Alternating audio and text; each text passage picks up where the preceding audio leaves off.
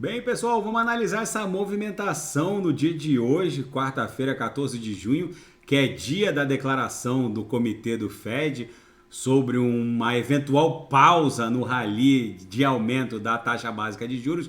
A BTC há poucos minutos atrás bateu 26.085. O mercado tradicional e os principais bancos já não se importam com recessão. Aliás, o Deutsche Bank compartilha a visão otimista do Goldman Sachs no sentido de que não haverá recessão. No Wall Street Journal, o mercado de ações acha que o Fed jogou a toalha, a inflação continua ali num patamar entre 4% e 5%, a taxa básica de juros muito provavelmente vai ter o rally de aumento pausado. É muito provável que com a reação dos mercados hoje, nesse momento, S&P futuro está subindo 0,07, Nasdaq futuro está mais 0,01 no nível da estabilidade, a Bolsa Brasileira também está num rally de alta. É muito provável que o mercado já tenha se conformado com essa estagflação, por assim dizer. Não haverá e também o Fed não deve promover um novo aumento na taxa básica de juros. Essa pausa provavelmente será lá na frente considerado um ponto de inflexão para começar um eventual corte até na taxa básica de juros. Lembrando que em 2024 tem eleições presidenciais nos Estados Unidos.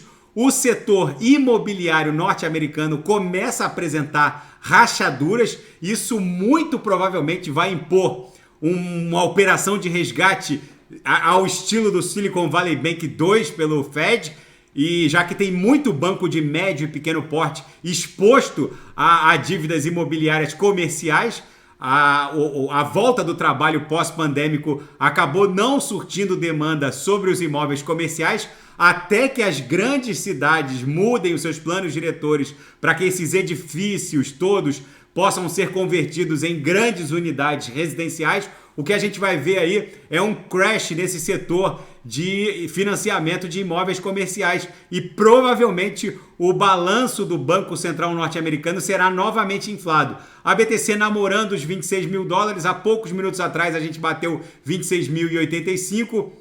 A gente no diário, deixa eu botar aqui no diário, continua numa cunha triangular dando vigência. Isso aqui muito provavelmente vai explodir para cima na esteira dessa reação do mercado financeiro tradicional, que já deu uma resposta para o Federal Reserve. Eles já meio que se conformaram com essa taxa de inflação e essa taxa básica de juros, ou seja, não deve vir uma recessão.